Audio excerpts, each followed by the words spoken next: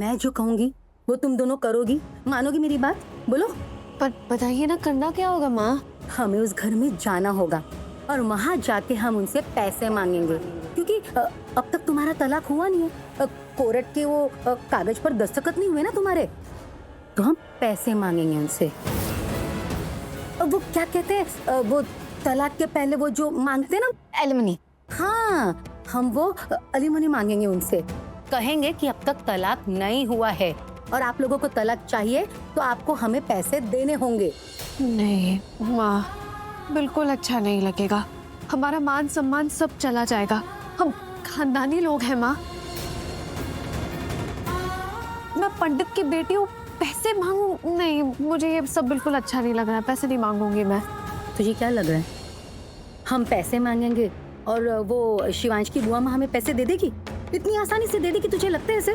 मुझे तो उसकी शक्ल देख के लगता है कि वो बहुत बड़ी कंजूस है। वो एक फूटी कौड़ी नहीं देने वाली है। देखना, पैसे के नाम पे ना वो हमसे बहुत झगड़ा करेगी, बहुत लड़ेगी, पर पैसे नहीं देगी। लेकिन पैसों की आड़ में हम उस घर में जाकर रह सकते हैं।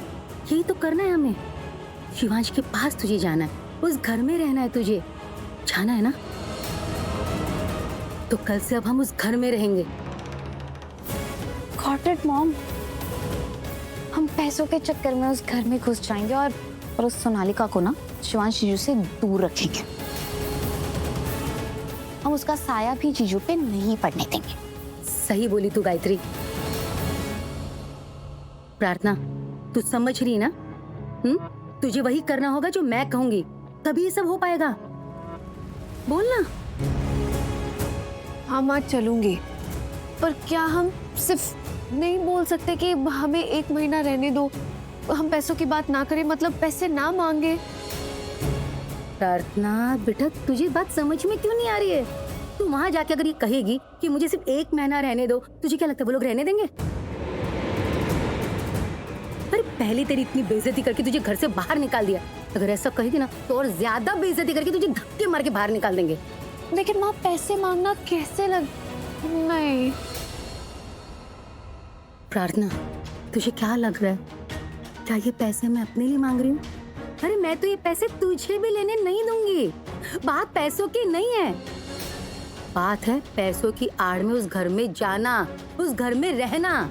जब हम उनसे पैसे मांगेंगे, वो नहीं देंगे, तो हम उतने दिन उनके यहाँ रह सकते हैं, कह सकते हैं कि हमें पैसे दो। और बुआ माँ बहुत झगड़ेगी, बहुत लड़ेगी तुमसे, बहुत खरी खोटी सुनाएगी।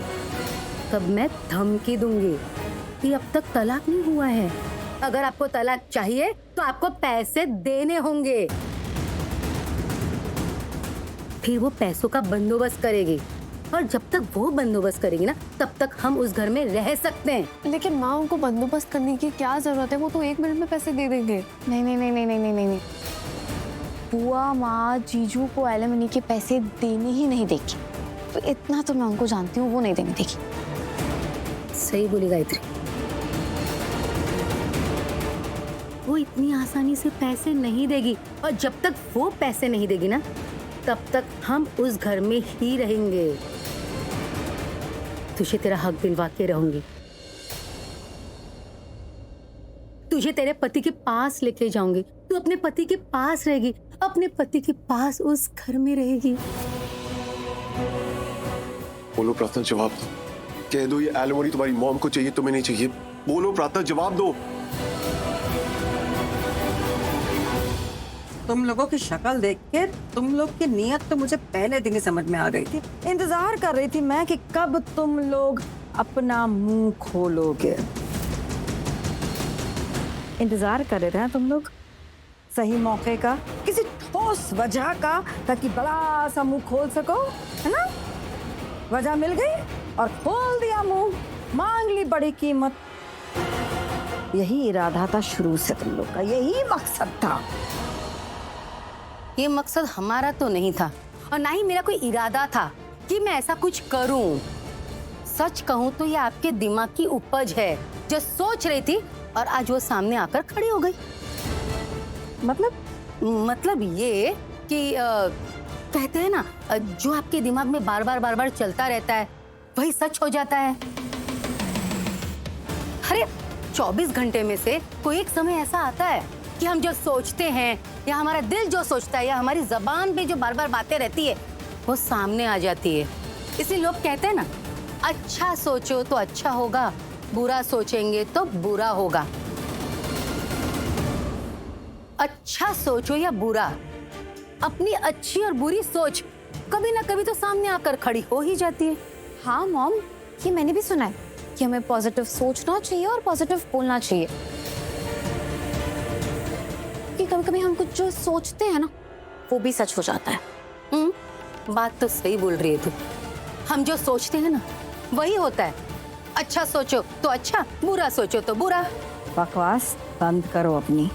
लो, मैं बकवास कर रही हूँ या आप? अरे हमेशा डर तो आपको सताता रहा कि प्रार्थना यहाँ रहेगी, पैसे मांग लेगी। कितना डर बैठा था आपके अंदर।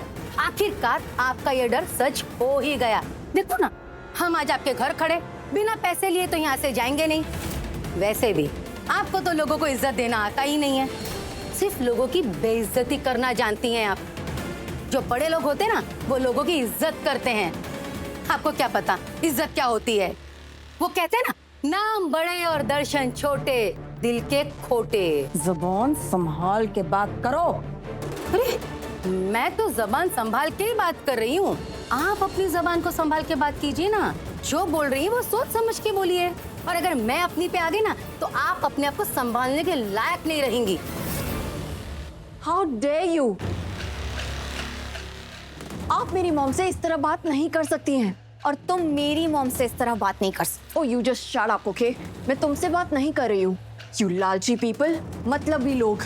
मतलबी हम नहीं, तुम लोग हो। पहले मतलब के लिए धोखे से मेरी बेटी से शादी की, रिश्ता बनाया और फिर रिश्ता तोड़ के उसे घर से बाहर निकाल दिया, मानो जैसे वो कोई लड़की नहीं, घर का कोई सामान हो जिसकी अब कोई जरूरत नहीं रही। इसलिए तुम आ गई हो मुंह उठा के अपना काम निकलवाने के लिए।